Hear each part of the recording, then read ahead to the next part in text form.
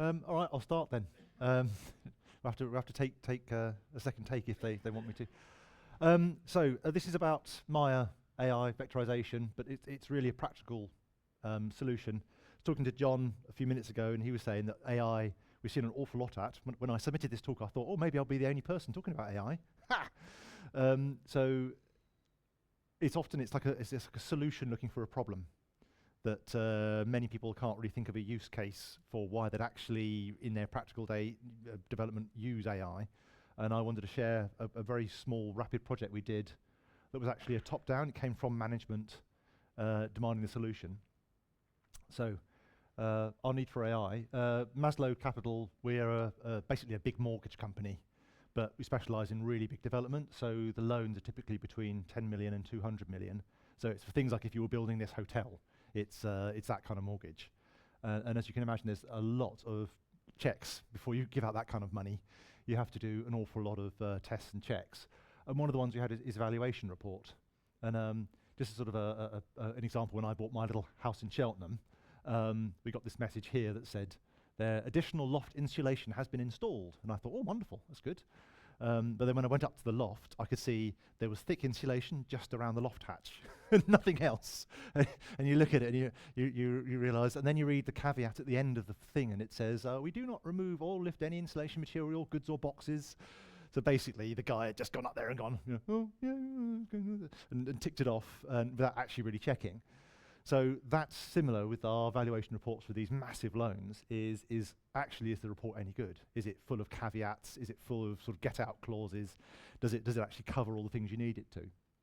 And historically, they had a checklist in Excel of 29 questions that somebody had to sit down and read the valuation report and tick off. Yes, it does. I mean, things like, does it discuss planning permission? Does it discuss the local property values around the environmental impacts of the proposal? All those things, have they been discussed? And you need to have a tick for all 29 of them to actually say, this report is probably actually worth reading then. The problem is, of course, these valuation reports are massive. So they can be 200 to 300 pages long easily. And it can just take a long time to read through. And it's really not very cost effective because it's our highly paid staff have to try and read it through. So this is where we entered Maya. My boss is uncannily good at doing acronyms.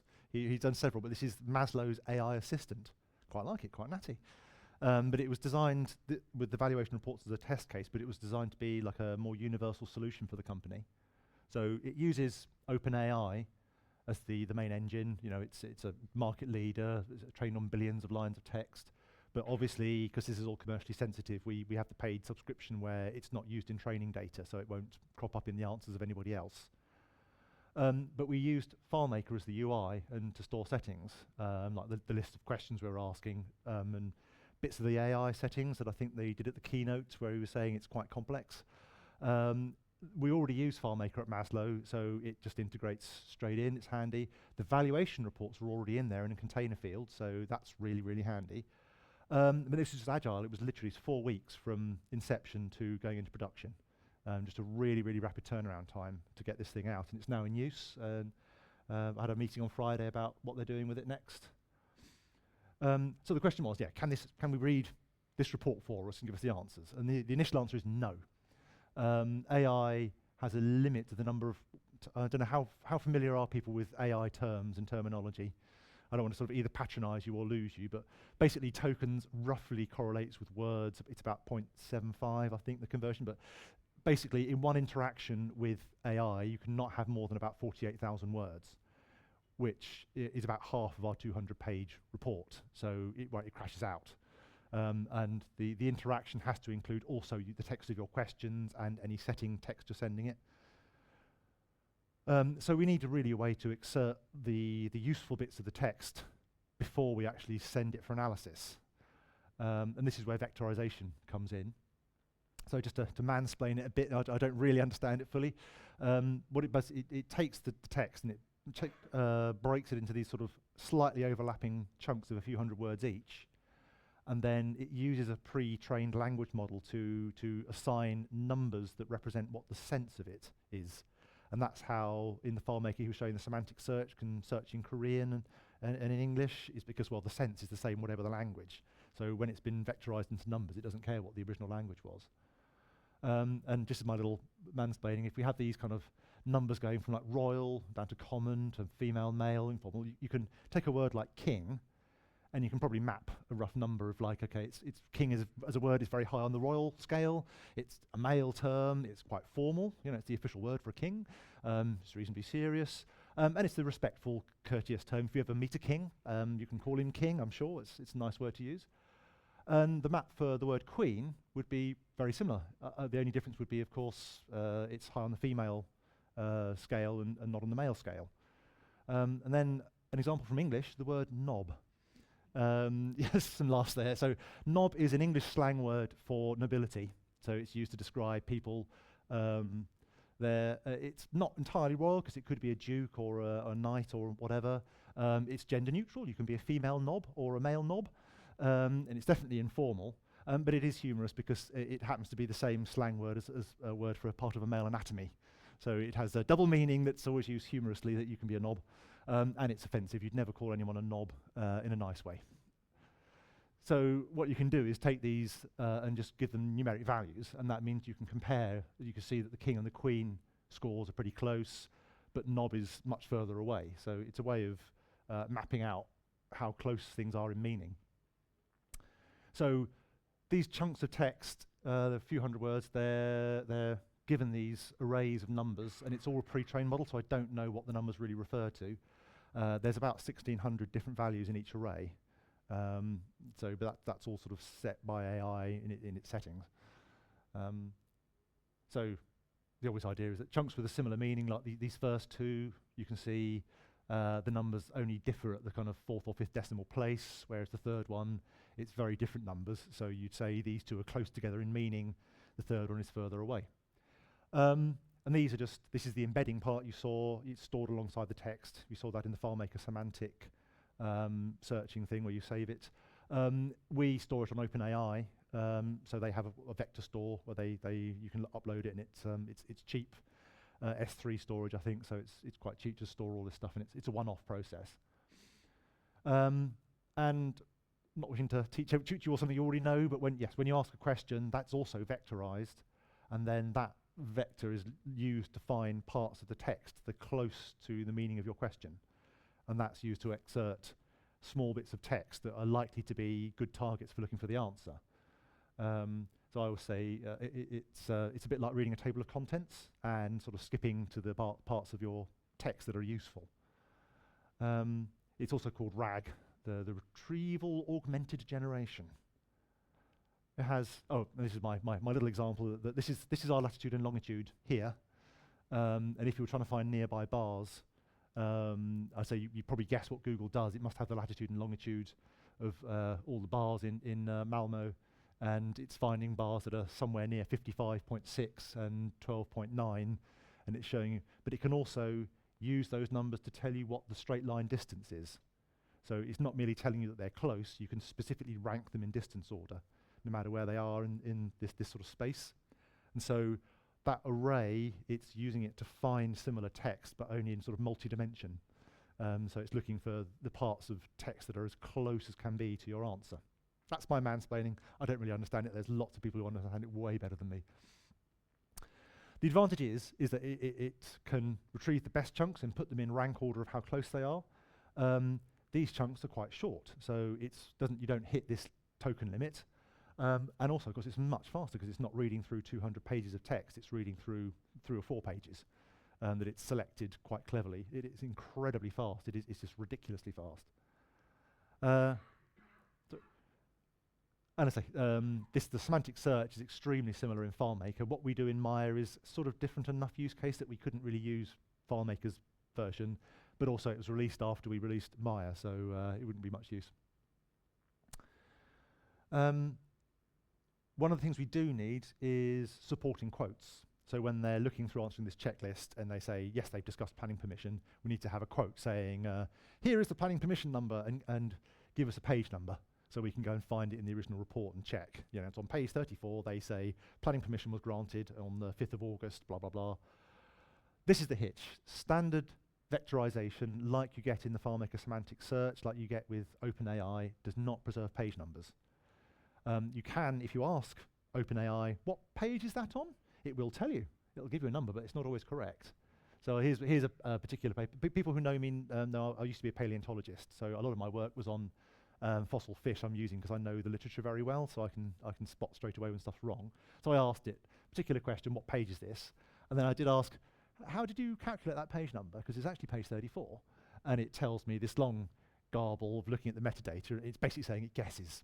It looks at how much is there on a page on average, and it's probably page 24. So it's good, but on a 200-page document, that isn't really much use. So after a lot of experimentation and bashing our head against a brick wall, we ended up, there's a third-party API where you can submit a PDF, and it extracts the text and just gives you back in just UTF text in a JSON array page by page. And we got that and we stitched it back together, but with a little bit of markup, saying, so beginning of page 1 of this PDF, end of page 1. So, and then we just recongealed it with this little bit of markup. And we used that as the thing we were going to vectorize. And that works fine because you just need to tell AI that's what's happening. So you can see that later on, but you just need to tell it, when you're looking for page numbers, look for the angle brackets that say this is page 5 and use that to give your page numbers. So that process of getting the text out of the PDF and tagging it does add a minute or two for large documents. But fortunately, as I said, these reports are already uploaded into FileMaker, our main system. So we just ran a nightly script, and it just finds any new reports that have been uploaded, and it takes them aside and pre-processes them, so that when the user goes to use them, they're already ready to go. So now it was able to return exactly brilliant quotes. We're really happy, and it took basically 3 to 4 minutes to answer all those 29 questions for a 200-page document reasonably accurately, compared to at least a day of a highly paid mortgage official. So it's a massive company saving in time and effort, and also it's an extremely boring task. So they are so grateful they can just go off, make a cup of tea in 3 minutes, come back, and it's already got the answers for them, and they can look through and check them. So as I said, with FileMaker, we use that to wrap together the AI settings as well, which we call the prompt. And we have make it what we call an assistant, which is the value checker. So really all these has to do is open up Maya, pick the value report checker assistant, and that loads all the settings for them. It loads the questions. They pick the PDF, push go, come back with a cup of coffee, and their work is done. They can go home early. Part of making it a universal solution was the idea that we have this checklist we've been working on, but why not let other people create their own checklist? Because they've got also other mundane tasks they want to get rid of. So we started this. There's my paleontology one. So you have a public area of official checklists that we've written, but you can have a private area where you can play around with stuff and create your own lists and create your own tasks. My warning is, and this is a thing that you always remember when you're working with any AI, it is like an enthusiastic high school work experience student. They will do the work exactly as you've asked them, but it will go away and it will diligently do exactly the wrong thing, because any ambiguity in what you've asked, it'll somehow find a way of doing the wrong thing. You have to be really, really careful and go, ta-da, I've done it! And oh, what the hell? So you really need to be precise in your wording. It takes ages and ages and ages to get your wording to be able to get it to give you exactly what you want time after time. But the way we dealt with that was users, again, when they're running this, they can rate the answers from 0, which is rubbish, up to 10, which is super. And if they're all doing this, we were able to home in what ones were already working, what ones were working really badly. But they can also reword.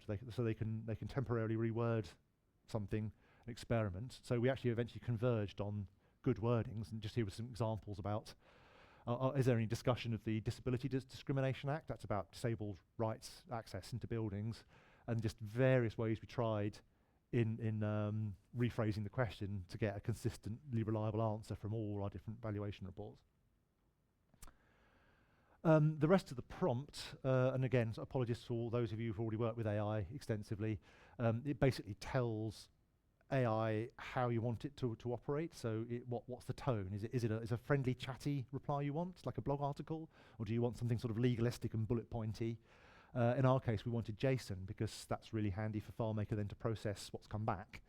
And also, really important, answer only from the document. You ought to tell it that, because otherwise it'll say, well, on my training data, there's loads of discussion about the Disabilities Discrimination Act. Here, look, here's what I found. Fantastic, loads of stuff.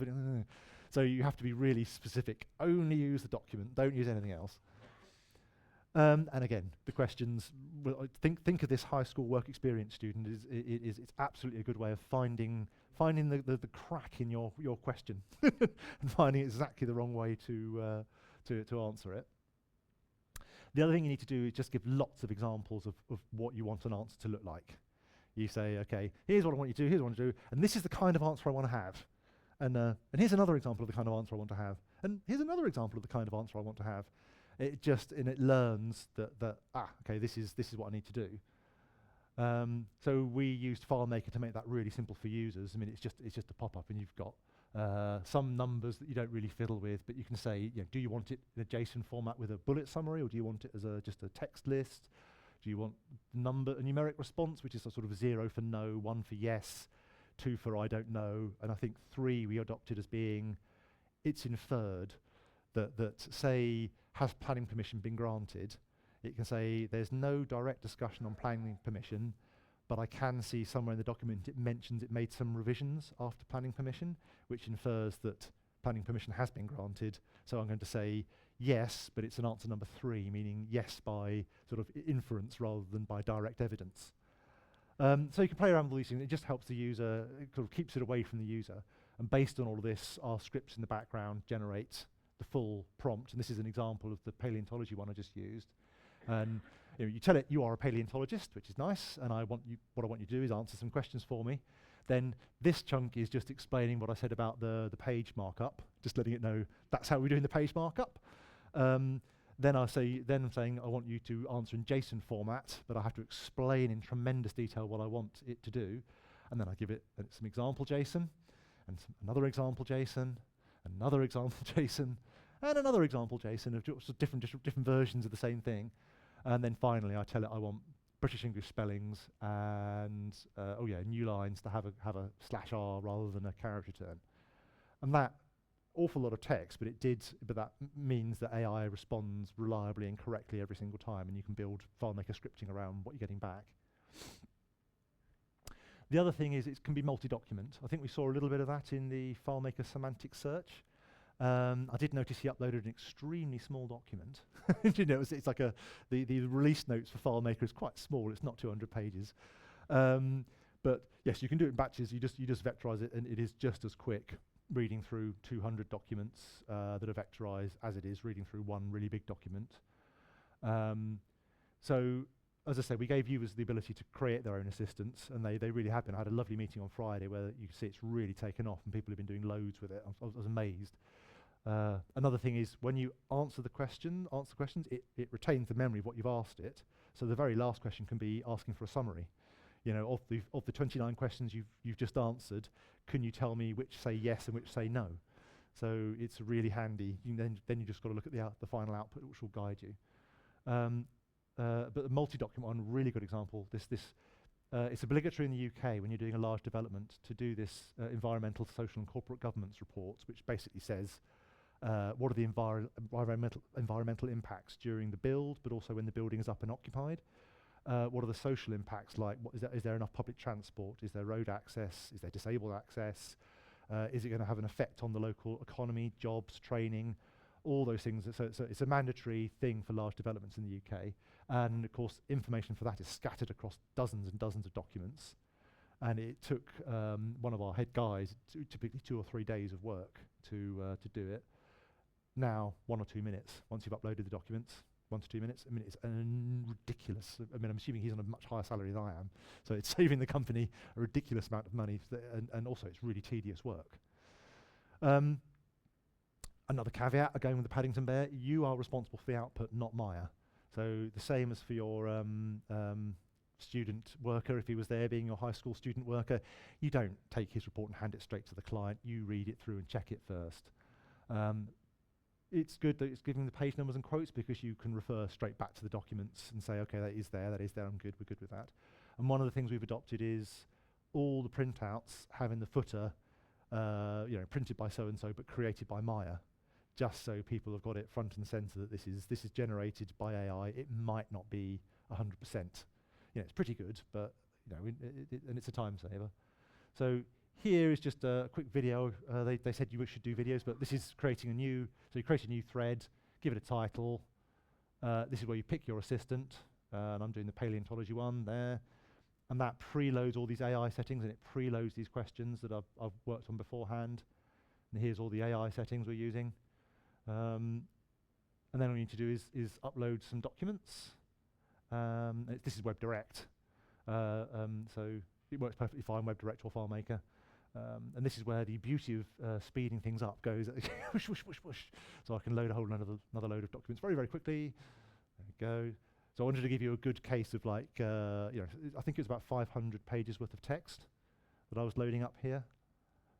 And asking it to answer the questions based on them. So the longest thing was loading up this. We are looking and using with that WebDirect technique where you can upload a whole folder, but this is just the first release, so we never got there.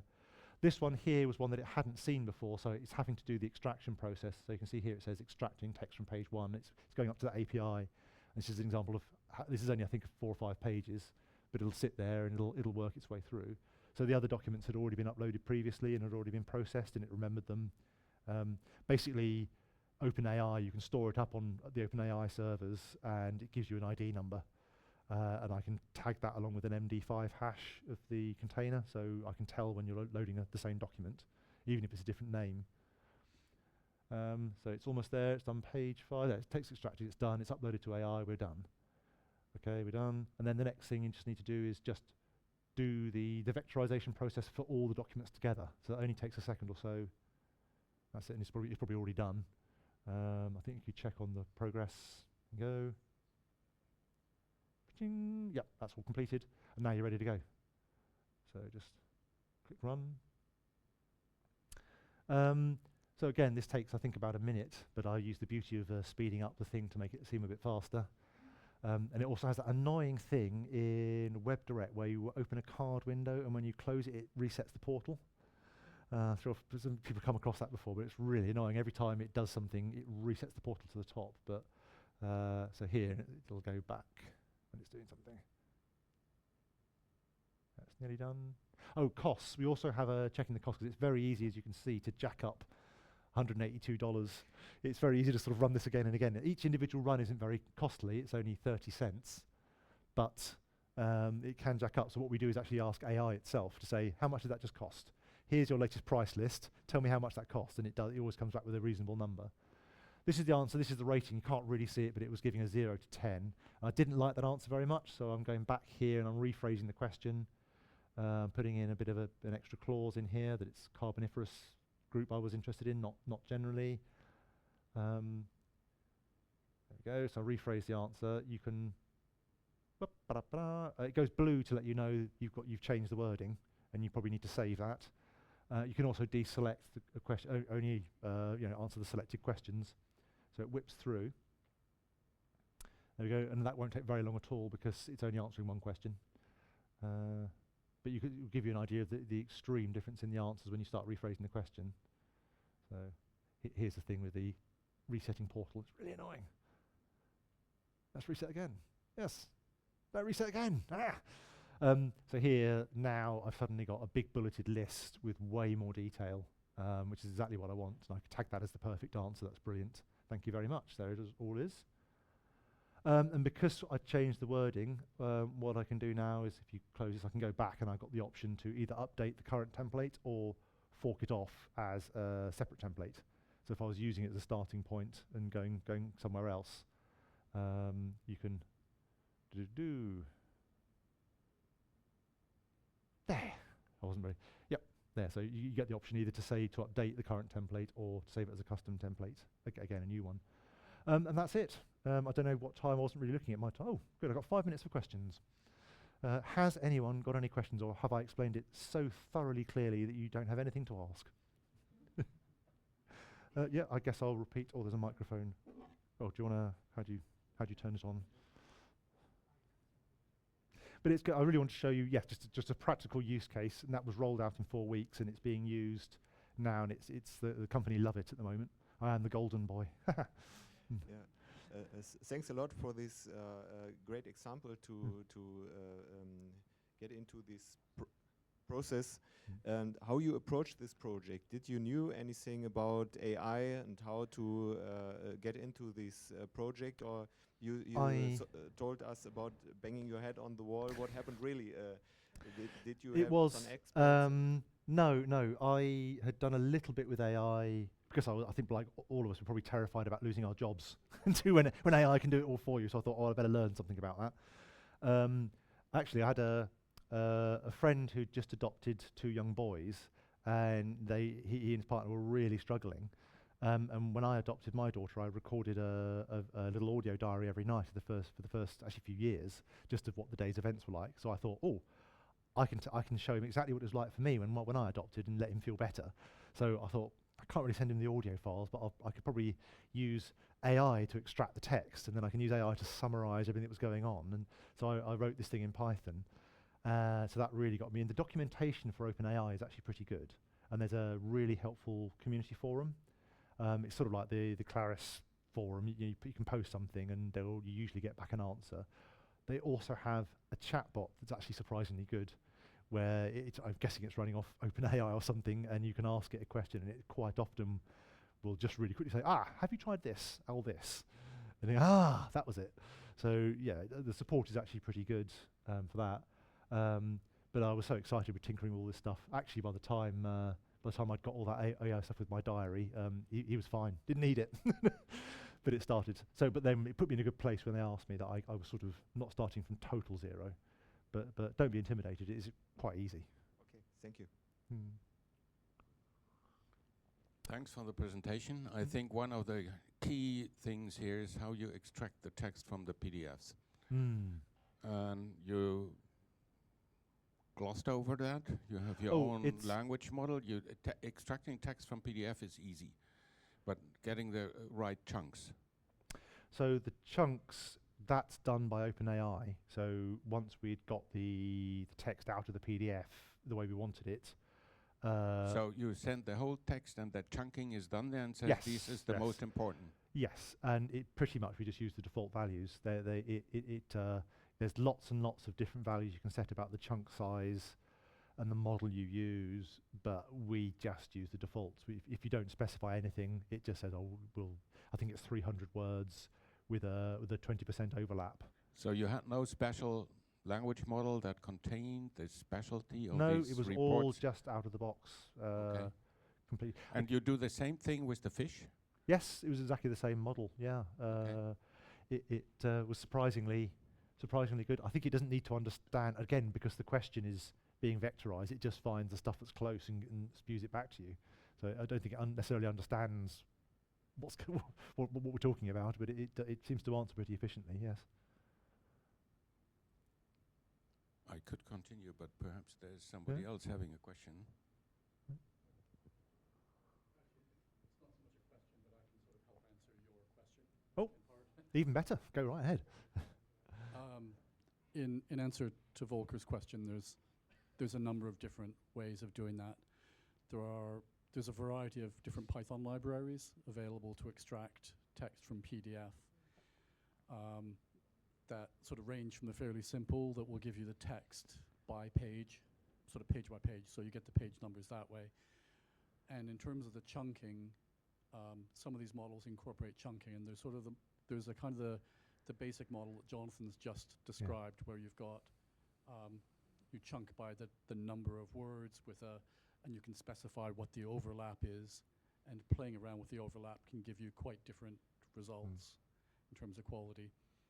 There are other approaches that can examine the PDF structure and perform the chunking by heading. So if you're looking at say an academic paper, it might have an abstract at the top followed by different sections, and what these things could do is basically try to determine what are the titles and then chunk by the title. So that's one approach. And then there's also another approach which is referred to as semantic chunking, where what it does, and this costs more computationally, because what it does is it basically goes through the chunks and it basically looks at what is the embedding for this chunk. It looks at the next chunk and goes back and determines, is this different from the last one? And it basically ends up grouping them together semantically in that way. But that's quite computationally expensive to do that. But I think in our case, a combination it gives. this was meant to be a really fast project, so we just used. I mean, it may not have actually even have been the best overall solution, but it was just the quickest. Yeah, and that approach actually works pretty well for most cases. Yeah. Are there no legal issues with AI evaluating those stuff? Okay, there are still manual checks, that sort of stuff, but because it's a black box, you never know. Maybe he skipped a page, or I don't know. Yes, I mean, yes. Obviously, that's why we say it's your name on the report, not Maya's. You need to be really confident that you're happy that it's a starter. It takes a lot of the heavy work out of it, and gives you some good places to look and start. But don't assume it's correct, especially not this early on. We're still getting we're still in a building trust in that it's doing this, and sometimes also the reports can be really badly structured. They can have a lot of it can't see images, so if they've got a table that's actually been saved as a JPEG and then discussing stuff in there, AI that won't come out of the text extraction process, but again, it's still overall saving you a huge amount of time because in most cases it works really well. And again, this is only I mean, Friday's meeting was the kind of review of the launch. After the launch, so it's only been like 6 weeks since we started this project. It was just after the summer holidays, so it's been incredibly quick, and it's rapid iterations. Actually, the UI looks a fair bit different now because I should show you this one. I love it. This guy, Nick, he was an intern at Maslow, and we were looking for something for him to do. And so I said, well, you can work on this Maya project and help out with phrasing the questions and learning. He turned out to be really, really good, and now he's graduated, and we've taken him on as a full-time employee, and he helps out in the office as a sort of champion of Maya and helping people with any problems they've got. But he's our first sort of AI native. He's only ever worked with AI, and I presume that'll be his career forevermore. So it's like having the first mobile phone user or something. It's a moment for us all. Yeah. Any other questions? Or one quick question. Has your chief operating officer yet asked the question about why are you guys so highly paid if you can...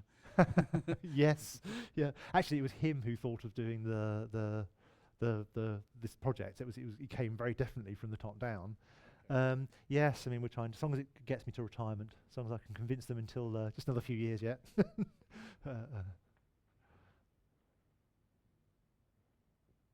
Are you considering doing any sort of future iterations where you implement some sort of validation framework like Ragus or something like that to evaluate the quality of the results you get back?